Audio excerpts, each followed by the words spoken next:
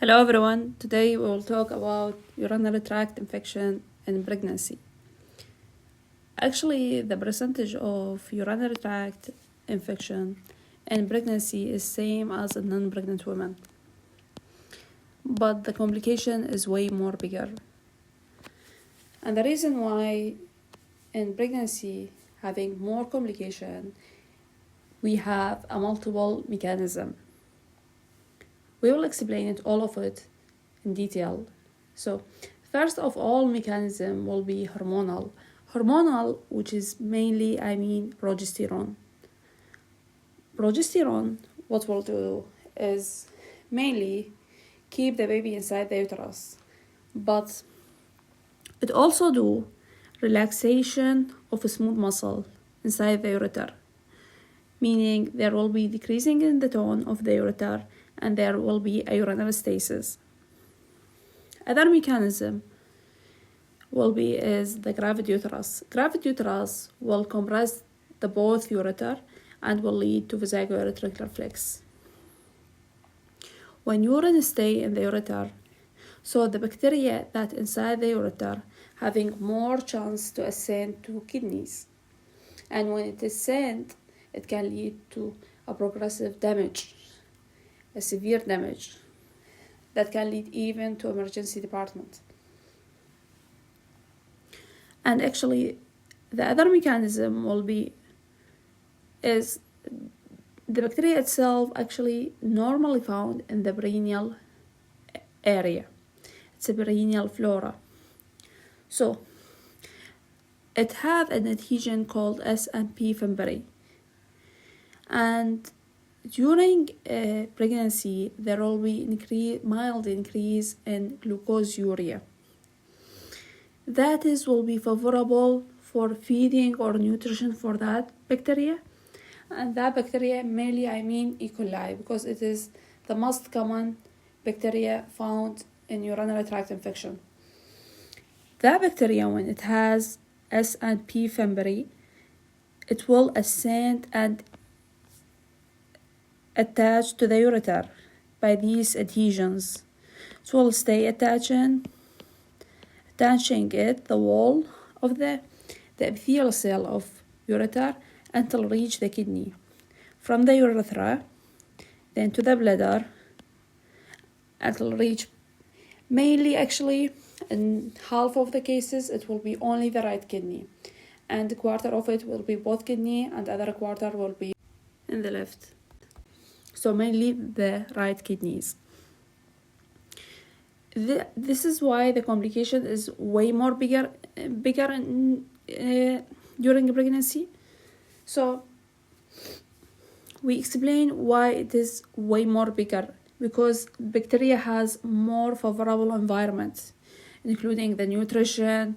The gravid uterus will compress on the ureter, so both ureters, so urine will stay, so more chance for bacteria to ascend to kidneys. There no that much urine output because the gravid uterus compress the ureters, and the ureters itself will have decreasing its tone, so the urine not that good clearness.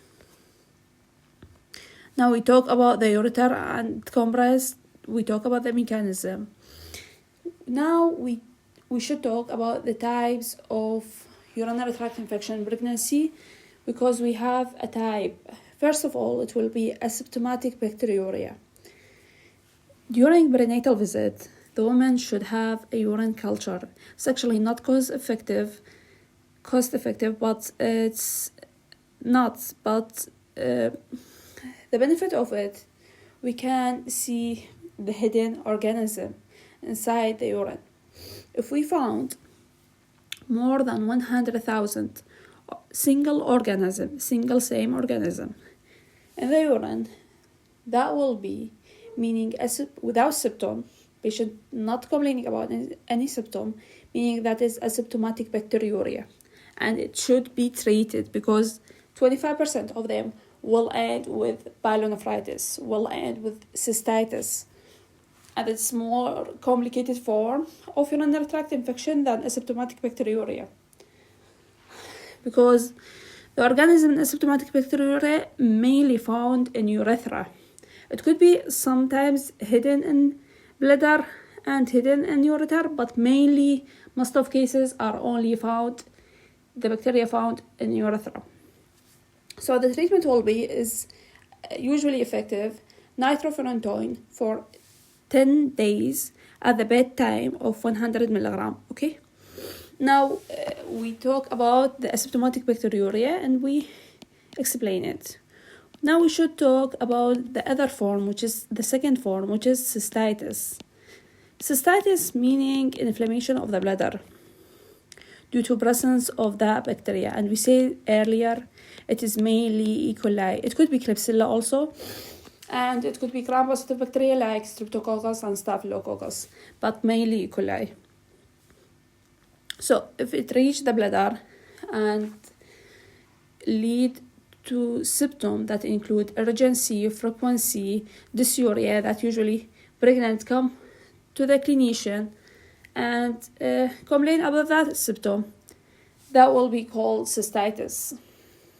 So the treatment here is with a 3-day course of nitrofurantoin of 100 milligram 4 times daily, as we said, for 3 days. But we should know that nitrofurantoin should be given earlier in the pregnancy, and it could given until 32 weeks, not beyond, because it can lead to hemolytic anemia. Okay? So 32 weeks unless we could give it, but more than that, it could lead to hemolytic anemia to the baby, to the fetus. Okay. Now, if we didn't treat cystitis and the bacteria complete until ascend, until reach the kidney, what will happen is what is called acute pyelonephritis.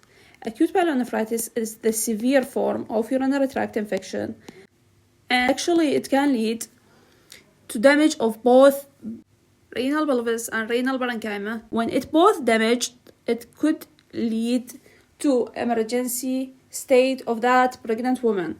Okay, so she could come to the emergency department with high-grade fever, with feeling dizziness, and even vomiting sometimes. And the main treatment should be IV fluid. Okay, the main treatment should be IV fluid, and we could give IV antimicrobial before the culture. We should give it actually, but we have hidden problem, that is the IV antimicrobial could lead to lysis of the bacteria and could lead to more worsening, worse problem, but we had to give it. We had to give antimicrobial IV until the fever subside, and during examination, we usually found as a clinician, as a physician, having a costovertebral angle tenderness. And when this will subside, with the fever subside, we can give the treatment orally.